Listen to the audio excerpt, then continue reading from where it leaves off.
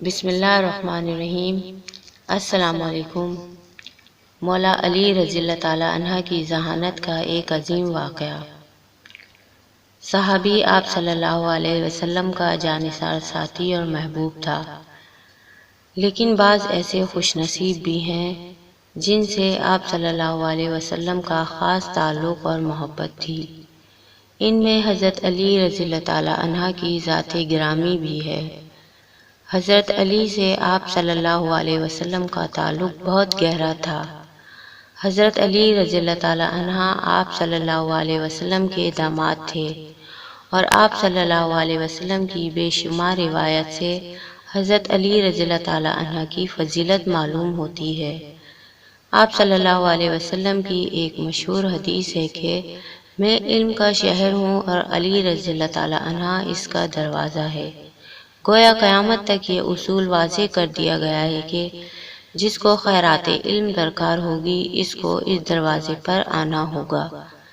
جس شخصیت کو آپ صلی اللہ علیہ وسلم نے علم کا دروازہ قرار دیا تو پھر اس کی ذہانت کا کیا عالم ہوگا۔ حضرت علی رضی اللہ تعالیٰ عنہ کی ذات گرامی سے منسوب ایک واقعہ میں آپ لوگوں کے ساتھ شیئر کرنے جا رہی ہوں۔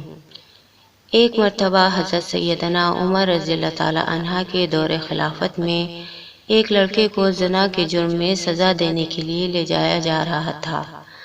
واضح رہے کہ اسلام میں شادی شدہ زانی کے لیے سنساری اور غیر شادی شدہ کے لیے 80 کوڑے بطور سزا ہے۔ وہ لڑکا اونچی آواز سے پکار رہا تھا کہ میں بے گناہ ہوں، مجھے سزا نہ دی جائے۔ اسی اثنا میں حضرت علی رضی اللہ تعالیٰ عنہ کا وہاں سے گزر ہوا۔ حضرت علی رضی اللہ تعالیٰ عنہ نے لڑکے کی پکار سن کر سرکاری اہلکاروں کو رکنے کا حکم دیا اور لڑکے سے پوچھا کیا معاملہ ہے۔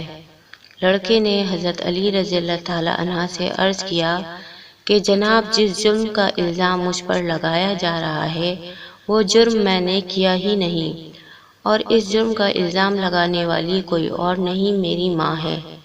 یہ سن کر حضرت علی رضی اللہ تعالیٰ عنہ نے سرکاری اہلکاروں کو وہیں روک دیا اور فرمایا فی الحال اس کی سزا روک دی جائے، میں اس کیس کو دوبارہ سنوں گا، اگر یہ لڑکا گنہگار ہوا تب سزا دینا۔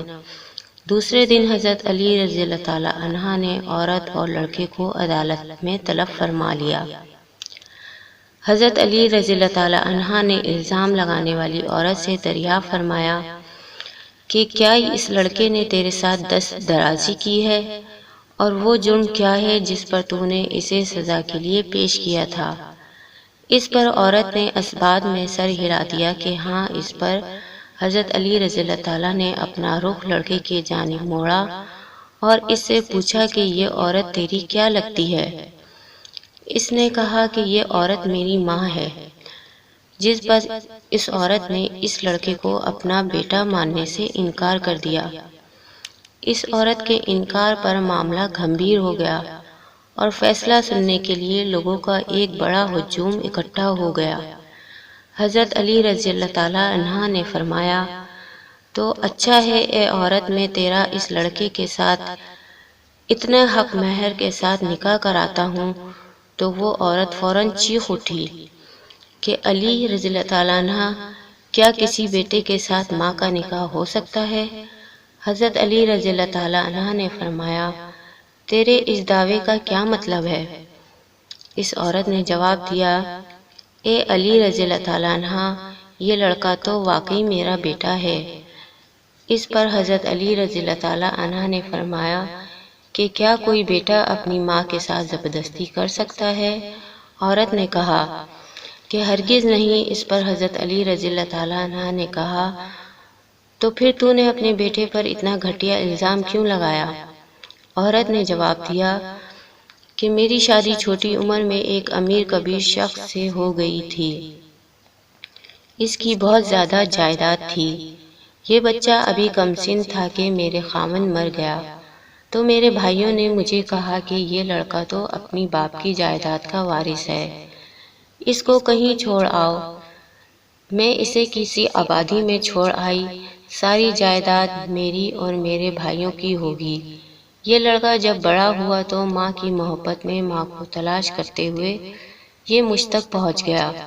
میرے بھائیوں نے مجھے پھر سے ورغلایا کہ اس پر جھوٹا الزام لگا کر اس کی سانس ہمیشہ کے لیے بند کر دی جائے، تو میں نے اپنے ہی بیٹے پر زنا کا جھوٹا الزام اپنے بھائیوں کے باتوں میں آ کر لگا دیا۔ دولت اور جائیداد کی لالچ نے مجھے اندھا کر دیا کہ جب حقیقت تو یہی ہے کہ یہ میرا بیٹا ہے اور اس معاملے میں بالکل بے گناہ ہے۔